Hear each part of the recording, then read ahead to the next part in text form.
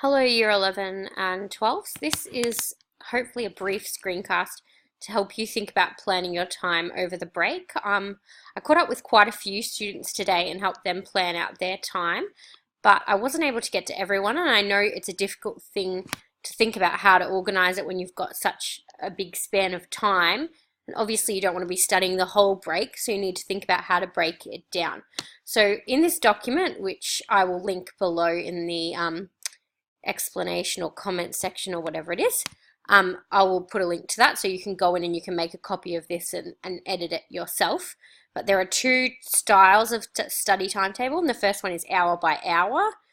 The second one is kind of section by section for the day. I'm not sure why that went over there, but you can probably delete that row. And there you go. No need to study till 11 p.m. if that's not your thing. You just work it depending on your hours. If you're up earlier than 8 a.m., then adjust that accordingly.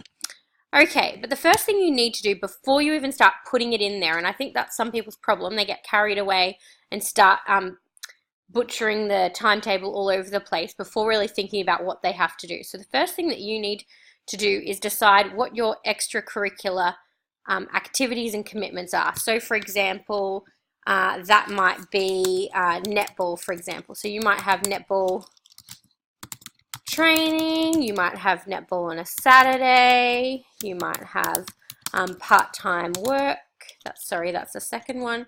Maybe you work for 3 hours on a Monday, 2 hours on a Tuesday or something. I don't know, whatever it is. Lots of people have extra shifts on the holidays. You just you just need to make note of those things, your big commitments. Maybe you're going to Melbourne for 2 days. Maybe you're going camping with your family, etc. If you are doing work, paid or unpaid, noted in the second section, and so that might also be, maybe you've got to milk, maybe you're milking on Saturday evening or whatever it is. Just make sure you list out all the things you have to do and that aren't flexible. They're at specific times or on specific days. For example, if you're going to Melbourne, you're going to a play or to visit family or whatever it is, list those down. Then you need to think about each subject and what specific tasks you need to do in that subject. For example, yes, there's a number of you doing biology, but what do you need to do in biology? You might need to do chapter summary, 6. Chapter summary questions for chapter 6. And there are about 10 questions, and it should take you about 40 minutes to do that. So write that down. Hopefully correct spelling.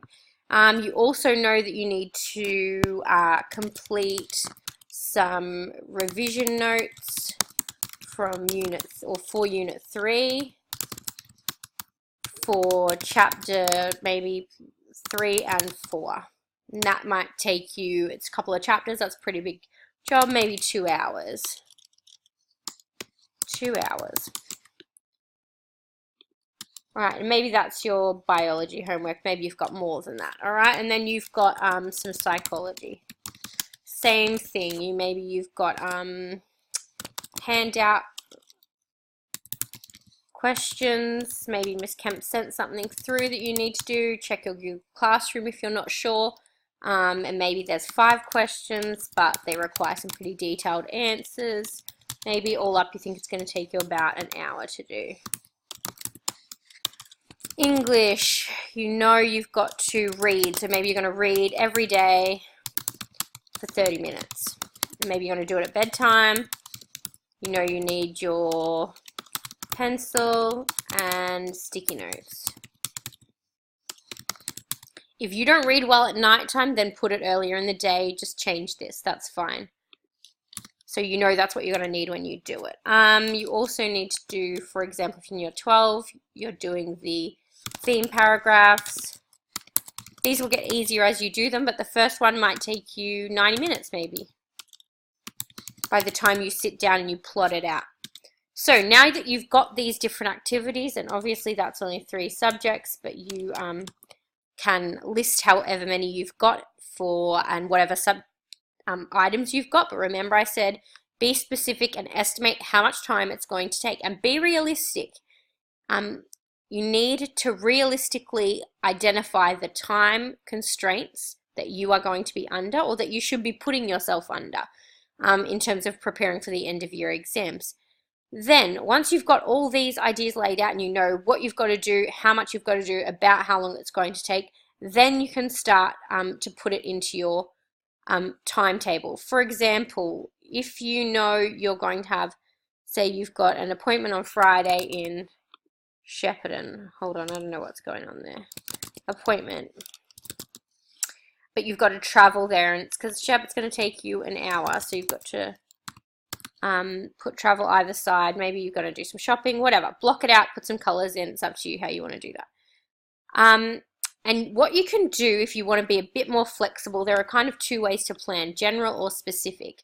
General, you could just put at the bottom of the page, you might list the different things that you want to achieve that day, and it might be English, I want to read for 30 minutes, and I also want to do one theme paragraph, because you know you're going to have to do a few of these times 4.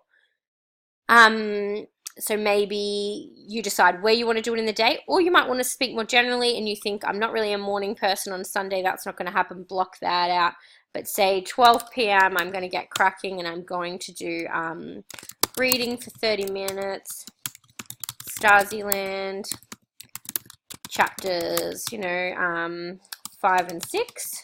That's what I want to get done. And then I'm going to do theme para number 1. I'm going to plan it with quotes and key ideas. And it just needs to be in dot point form at this stage. Okay, so that's I know I'm going to do that in my afternoon session. Then in the evening, maybe I'm going to do some biology. Maybe you're taking the night off. I don't know. It's up to you. But allocate them out. So maybe Thursday night, most people have netball or whatever. And maybe you're doing the work shift in here or whatever it is. Go and allocate your specific activities first and then come in and do these ones. Now, I like the flexibility of just deciding the night before what I'm going to do the next day and just kind of crossing it off as I go.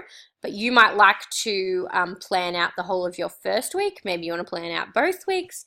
It's totally up to you how much forward planning you do. But you need to have, the most important part, I think, is to have this clear, what exactly you need to do, so that you can start allocating that out and thinking about where it's going to fit in. Because there's no point leaving it all until the Sunday and Monday before school starts and trying to rush through all of it then. You need to get some better habits in place, and you need to prepare for the next set of holidays.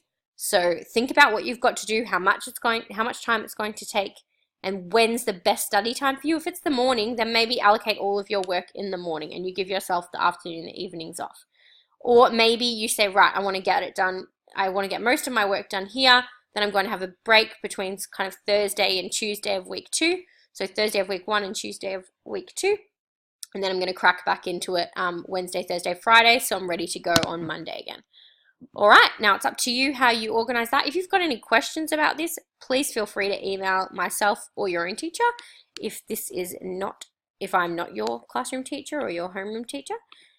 But otherwise, good luck with it. I think this is a really useful way to think about allocating your time, especially in the lead up to term 3 for year 12s and for year 11s in the lead up to year 12, because the more clear you are about what you need to do and how long it's going to take and where it best fits in terms of your study methods and your concentration, then the better you will be next year and you will start to form some really good habits.